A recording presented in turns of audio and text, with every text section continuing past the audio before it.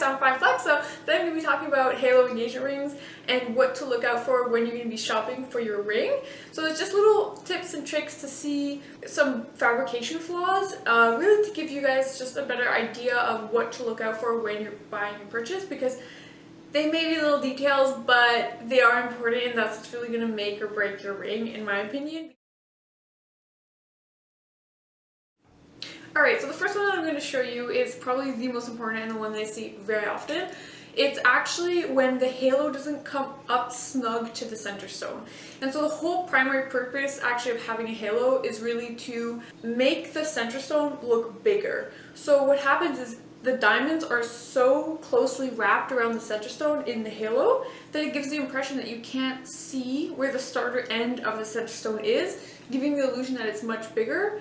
Which is why it's actually a really good option to have when you are using maybe a smaller center stone, say like a 50 pointer, a 1 carat or under. It's a great option to consider because you'll come out looking with bigger than it actually is. So what happens is that when there's a gap between the halo and the center stone, it's actually a sign of low production quality, because what they're doing is, instead of redoing the 3D and the print every single time so that the ring perfectly fits the center stone and the ring size, they're actually just making one mold and reusing the same mold for multiple rings. So it cuts down time, it cuts down materials, but at the end of the day, not all diamond size is going to be the same, right? And so they may be 0.1 off, 0.2 off, or a little bit bigger.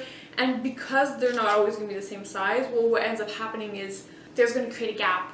And that's what we're seeing now, is that's what that gap is.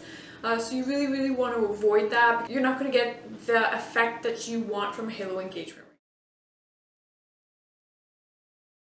Alright, so the second one is actually the halo is flat. I don't know if you can see this in the image here, but it really looks as if the halo is completely flat. And so when we're making an engagement ring, you actually want to make it, the halo, so that it's actually on an angle like this.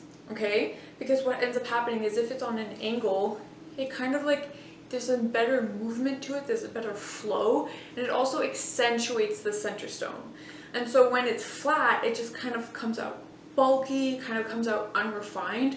And so that's, it may seem like a little bit of detail, but it will give your ring a much nicer flow. So that's also something to look at. Like right now, I'll just give you a quick example of, like, in 3D, you can very clearly see the difference of like if it's flat versus if it's on an angle and what that looks like.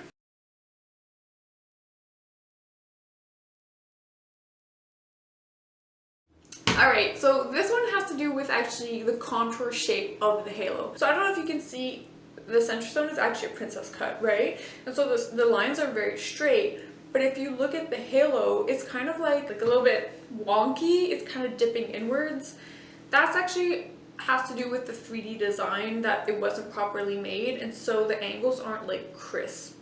And you can see that a lot with different shapes, especially cushions. Cushions, you have to be very, very careful, because what happens is if you look at the corners of the stone, it's as if the halo doesn't follow it. So sometimes the corners of the halo will be too accentuated or under accentuated, and so because it doesn't follow the same line, it kind of like, it gives like a weird look to the eye, like it's not aesthetically pleasing.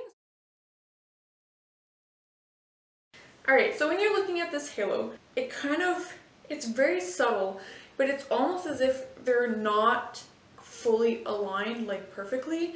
Some are kind of like more out than others, or kind of like jaggedy along the halo. So that's going to be because the stones, I think, maybe weren't perfectly calibrated before, and so because the halo's too tight, some of the stones are kind of pushing outwards because they didn't have enough like place to fit in along perfectly.